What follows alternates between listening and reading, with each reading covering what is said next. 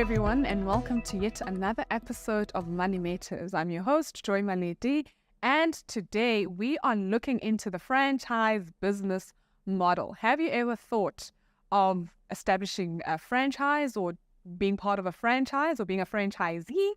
Well, you have joined us at the right time, and we will be unpacking the topic around franchising. And joining me in studio today to talk a bit about this topic is the CEO of the Franchise Association of South Africa, Freddie Makgatu. Hello, sir. How are you? Thank you for welcoming us, Joy. How are you? We are fine. We are happy to be here. We are happy to be here, precisely. Please tell us a bit about yourself, what you do, and what is the Franchise Association of South Africa? My role, as you have said, I'm the CEO, Yes. is to drive the mandate of the business. Mm-hmm. The mandate of the business is to ensure that businesses that are in franchising abide by the code. We have a code There's a code. which actually has standards or principles where you have to abide by. Mm-hmm. And the major focus is being ethical. And why is that? Because we know that there are those who are selling what they don't have. What do you mean by that? There are scammers out there who will go around telling you that they've got a nice business franchise model or a franchise business, and it's cheaper than most of the businesses. You give them your hard-earned cash, and they vanish. And they vanish. So what we do, our role also is to make the public aware Okay. that if you want to buy into a franchise business, contact us and find out if that business is a member. So all the franchises basically ought to be registered with the association for them to be able to function as franchises or within the model of franchising. Not necessarily. Businesses have to register by choice. Or by choice, okay. Because remember, with ethics, is a choice. It's a choice. But you have to show the public that you are ethical in running your business Essential associate. by abiding to certain standards. Yeah. And if you don't choose to abide by certain standards, that on its own put a question mark Yeah. on your outlook. And most of the big businesses, the big brands that we see in the market, a majority of them would be registered with the association. Okay, that's quite interesting. So what is a franchise? Maybe, people are probably hearing us talking about this, but what is a franchise? I know that the majority of people look at a franchise business as a food outlet, Yes. and it's not. A franchise business is where the founder or the entrepreneur develops a business in such a way that it gets attractive to others who wants to buy into it. Okay, so it could be like a beauty salon. Could be these cups, maybe. Well, If you think this cup has magic, yeah. and somebody drinks tea or water out of the cup and they feel somehow they want to know what happened, you can say, look, I can only show you if you buy this cup, or you may want to sell it somewhere else. Resell. So you establish a business, you establish the processes, you establish, like I'll give you a simple example, a value chain. And somebody now says, I've come to your outlet and I think I want to own something like this. Yeah. Then you give that person a license or a right to use your intellectual property, to use your branding, to use your supply chain, to use your discounts and other stuff. That is a franchise business model. So you're basically saying you are part of me. It's like an extension of who I am. You are me, basically, in a sense, because then you get to benefit from some of the, if I'm used, like you said, discounts. Then I get to... The best time one could put is to duplicate yourself. Yeah, exactly. Because whoever buys into a business has to behave like you. Exactly. Because you'll give the standard, you'll give the protocols and everything. Yeah. So no one should feel the difference between that branch and that branch. Yeah. So it should be the same. As if it's so if I go to an outlet like maybe in Pretoria West, I shouldn't feel the difference if I go to Pretoria East. Yeah. So the service, the food, texture must be the same. Everything has to be the same because it has to be like those. It's one thing. Yes. And what are some of the benefits? Say I want to enter into like this type of business model. What are some of the benefits of this kind of a business model? The franchising business model has proven to be sustainable. Okay. So that's the basic advantage of going to that business. 2, you will be buying into a business that has proven to be successful. Yeah. That has proven to be profitable. Because remember, if you go into a business, you go there to make profit. Yeah. And 2, I think that you are able to leave a legacy for your family or for your beneficiaries. Because due to its sustainability, it continues to exist as long as you are interested in the business. Yeah. Thirdly, you buy into a business model that has support from the franchisor. Yeah. Because the franchisor has worked the business over a number of years. Yeah. So they are successful because of the expertise that they're bringing. That they have. And secondly, they have managed to build relationships with the suppliers who on constant basis are able to provide their services. So you don't buy into a risky business where somebody there may wake up and tell you that I'm no longer in business. Yeah. So I think you also have access to training. Yeah. Because when you buy into a business, the franchisor, so some they've got academies where they actually take you through training. It can be either for 3 months, but there will always be what we call continuous training. Yes. So you have to develop at all times. Yeah. So that's the support that you are getting. And if you have issues, then you can always call into a franchisor to say, I seem to be having problems here. Yeah. What also helps is that the franchisors also provide a kind of guarantee in terms of funding. Okay. Because all the banks are our members. So if you have issues, then you can always go to the bank and say, I need assistance. Yes.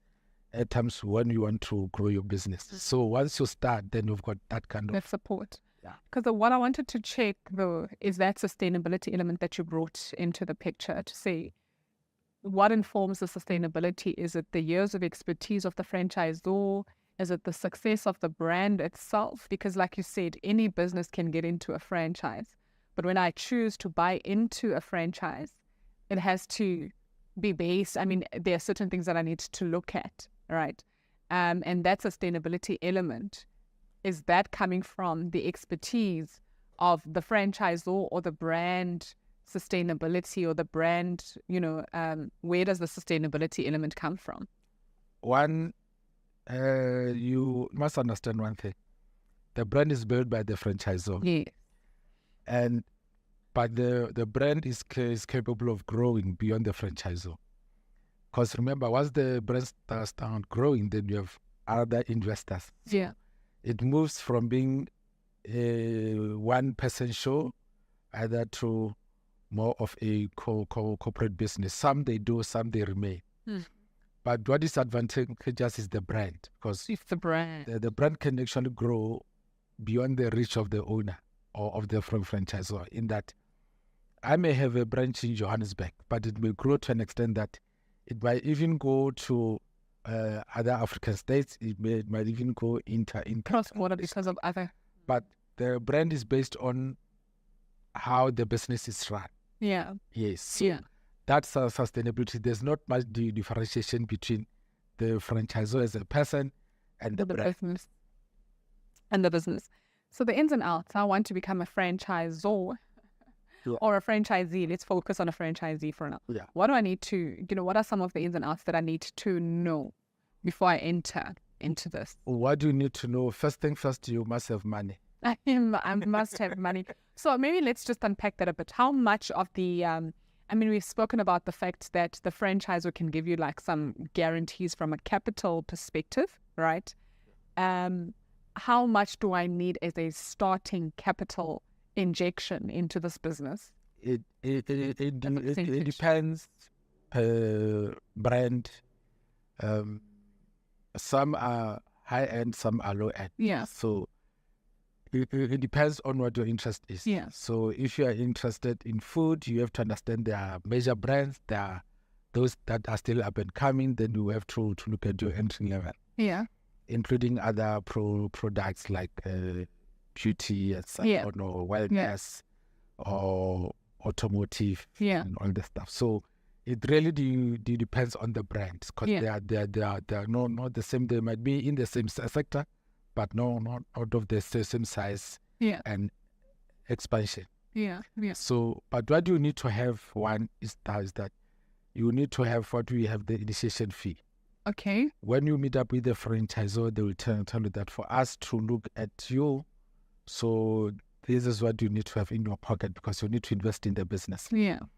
And at times they will tell you that, for instance, this brand costs 1.4 million, so we need you to bring your own 400,000. 400,000, so it could be like cash or unencumbered cash, or whichever. So about 25% of whatever the cost. It depends. Some is around 20%, so up to 50%. 20 to 50%. Okay. Now it's moving up to 70%. And the reason for that is that for the longest time, you have franchisees who wants to buy into the business, but they don't invest their time. They don't invest their energy. So some, they use it as a side hustle, and it can be because now somebody takes their IP and they put it into your hands. Just repeat. To look after. Then you outsource it to a manager, to whoever who won't care much about the business. So the contribution part is to motivate the franchisee to work the business where you know that you have put in your money and you don't want to lose that money. Yeah. I suppose there's also a risk element, right, from a franchisor's perspective, the actual franchisor, because like you said, it's their IP on the line. It's their brand that's on the line. And so do they also do like a risk assessment of a possible franchisee that wants to buy into the business? I think maybe tying that with your previous question of what is it that the franchisee need to look out for? Yeah.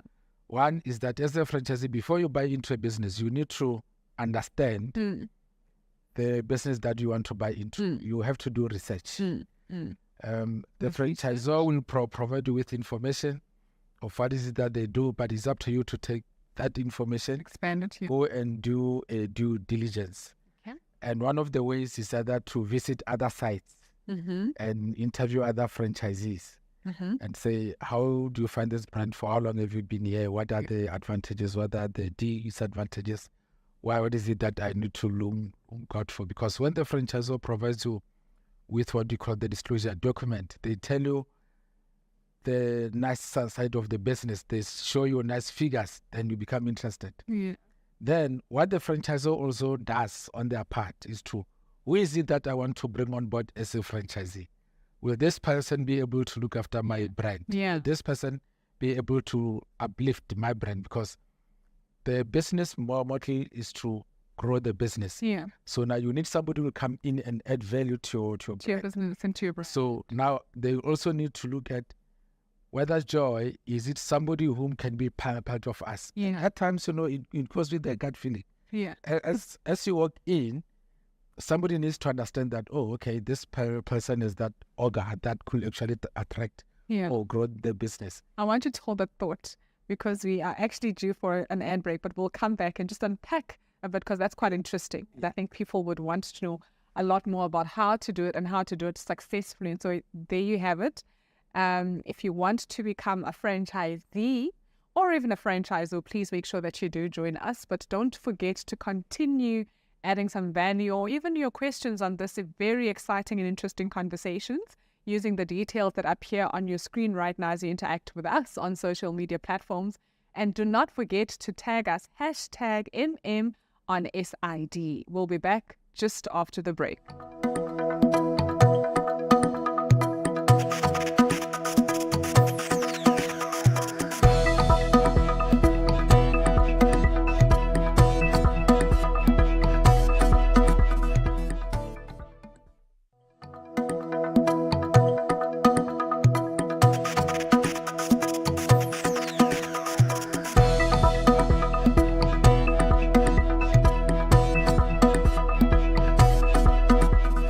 back, everyone, and we are still talking franchising or the franchising business model. And before the ad break, we were unpacking the importance or the ins and outs of being a franchisee and what are some of the things and the benefits that we ought to, consider as we think about this business model. And joining me in studio to talk about this conversation and to unpack about this very exciting business model is Freddie Makgatu, who has been really generous with some of the information and knowledge that he's been sharing with us. Don't forget that you are also part of this conversation. So do continue engaging with us on our social media platforms, and don't forget to tag us on #MM_on_SID. Abuti Freddie, yes, we were unpacking the importance. I think it's quite important that we actually touch on this due diligence aspect, right? Yeah. And what are some of the tips? I'm going into it. I'm very blind to it. What do I need to look at, or where do I start, when conducting this due diligence? I think where you start, it's the Franchise Association of South Africa. Yes. Dial us and find out if this brand is a member. Yes. So that when you engage with them further and you ask, I know you are a member of the Franchise Association, and that gives me comfort. And if the franchisor is not a member, you are saying you are not a member of the Franchise Association. Why? Why? Yes. Yeah. So I think it's where you actually start. Yeah. And once they give you an answer and you feel that the answer is not that great, then you've got an opportunity right there to move away from the business, right? The business, yes. Yeah. And yeah. I can't, because I need to be sure that I'll deal with a business that I can be able to report to in the event there are issues. With hurdles. Yeah. That's So, true, yeah. Point number 2 is to look at their disclosure document. Okay. What does it tell you about how the business performs? Some of the businesses are in group or in holding companies, and you find that they are subsidiaries, then they give you the financials of the group. Of the group. So you look at that and you should understand that, no, in fact, I need to look at the specific subsidiary. Exactly. Then thereafter, you look at the location where you want to buy into, and you visit other sites and find out how are they doing. Because you don't want to buy into an area where there's no activity, because sometimes it happens. Yeah. And what it also does is you will have signed lease agreements. Yeah. You will have signed whatever agreements in place. Now you cannot say service those because you are not bringing in enough business, irrespective of how hard you work. Yeah, it's like a petrol station, right? You have to be well positioned. Yes, you have to understand the location. But what it does, if you deal with a reputable franchisor, they will also come and do diligence, as we were saying, to look at the site that you have chosen. And they will tell you that in terms of the demographic of the area, you won't be able to reach your targets. Yeah.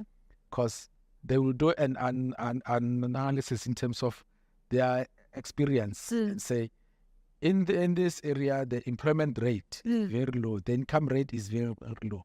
And the product requires somebody who's got extra cash to spend on. So you don't want to open this kind of a business in an area where everybody's financially squeezed. So it's a Nigeria's brand. I'll give you a simple example. If you want to take a spa business into a township where there's no electricity, where the water supply is not constant, then you have issues there. So I think those are some of the issues that we've got to look at. You have to look at, and I like the fact that you're actually saying basically the franchisor that I'm willing to partner with. I'm just going to look at it as a partnership, right? That I'm willing to partnership in growing their brand, but also as a business that I have chosen to go into, is that it actually ought to be like a partnership, right? Yeah. Where the one actually provides all the necessary support that I need in order to make sure that the brand flourishes, because ultimately it's about the brand and how successful the brand is and how successful we grow the brand, I suppose. So I suppose that leads me then into some of the, I mean, we've spoken about the benefits, but just unpacking some of the advantages which are linked to the benefits, I suppose. But around, brand recognition, as we've put it, some of the capital requirements that could be met as part of this arrangement. Can you just unpack a little more around some of those to consider? I think I'll identify two pillars. One is marketing. We all know that for a business to grow, you need to market the business. And as a franchisee going to a business, at times you find that you don't have the capital, right? The budget for marketing. Because at times you need to go big.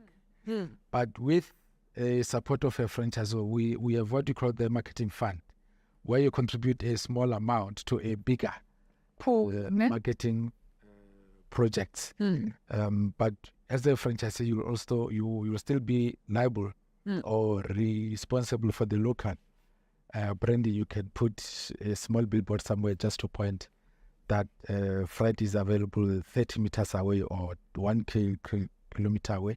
But in terms of TV, as you know, TV advertising is expensive. Billboards, now you've got social media teams. Then you've got influencers that you've got to pay on a weekly basis. So that costs lots of money. The other advantage is facing the legal risks, whereby if you are an independent entrepreneur, you enter into contracts on your own, where either you buy stock from manufacturers or from some suppliers at your own cost. So at times you get the stock and you want to sell and pay after. But then if your business fails, then you are liable for the stock. Okay. 2, the issue of lease agreements, rentals. If you are an independent entrepreneur, if your business fails, then you are liable to pay the period of the lease. And I think, but if you are in a franchise business, because the business is sustainable, you tend to avoid those. And I think that's the advantage of it. And I suppose we've spoken about low failure rate, the legal protection that we've spoken to. Now let's talk about the bad. What are some of the disadvantages of this model?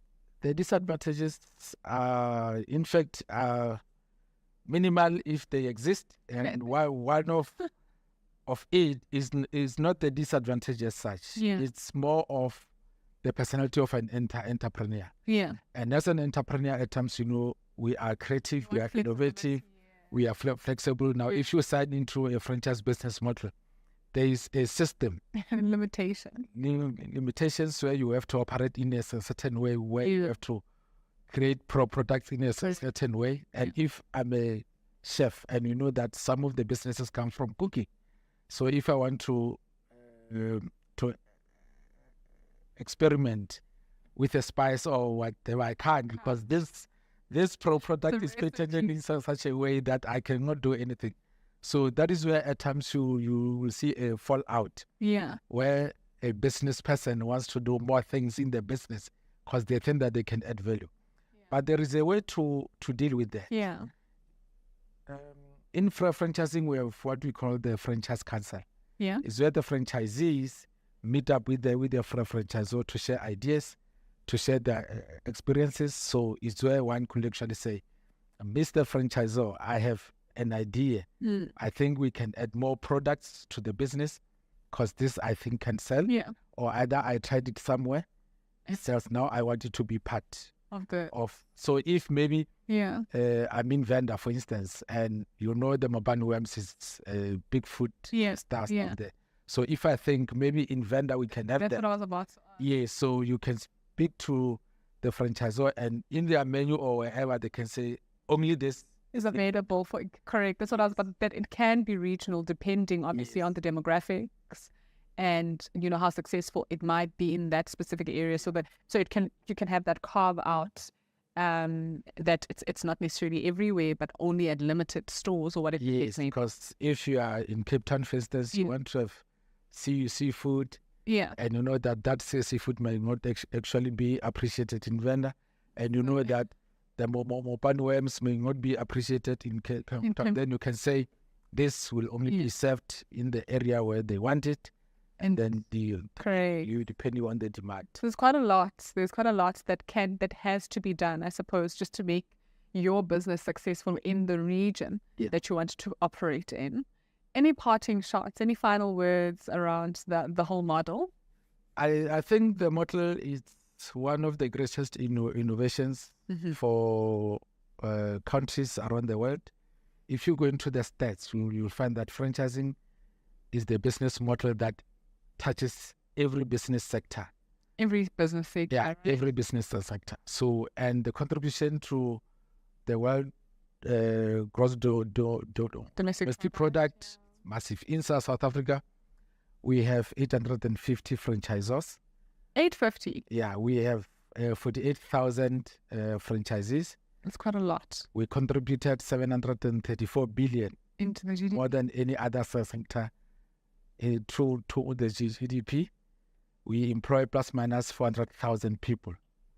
So we would like our viewers or your viewers to visit our website and see the kind of events that we are hosting. We'll be having the conference, we'll be having the breakfast, we'll be having all sorts of activities. So I think we visit the website. If there are any queries, we are available to assist and guide, because we think that businesses or entrepreneurs must take advantage of the opportunities that are there. Going to our website to see our members, all they have franchise opportunities. Yeah. But also, if you want to have your business franchised, also contact us. We have mentors who can guide you through the process. Yeah. Awesome. Thank you so much, Freddie. It's been lovely having a conversation with you. And I'm pretty sure that our viewers gained a lot, and there's a lot more. Like you said, research is key. So thank you so much for sharing your insights with us. And there you have it, our viewers at home, from the CEO's mouth himself, talking about the franchise business model and some of the key advantages of getting into this model. Don't forget, you still have to go onto the website, as he's mentioned, read, research, and make sure that you really understand the model that you're getting into.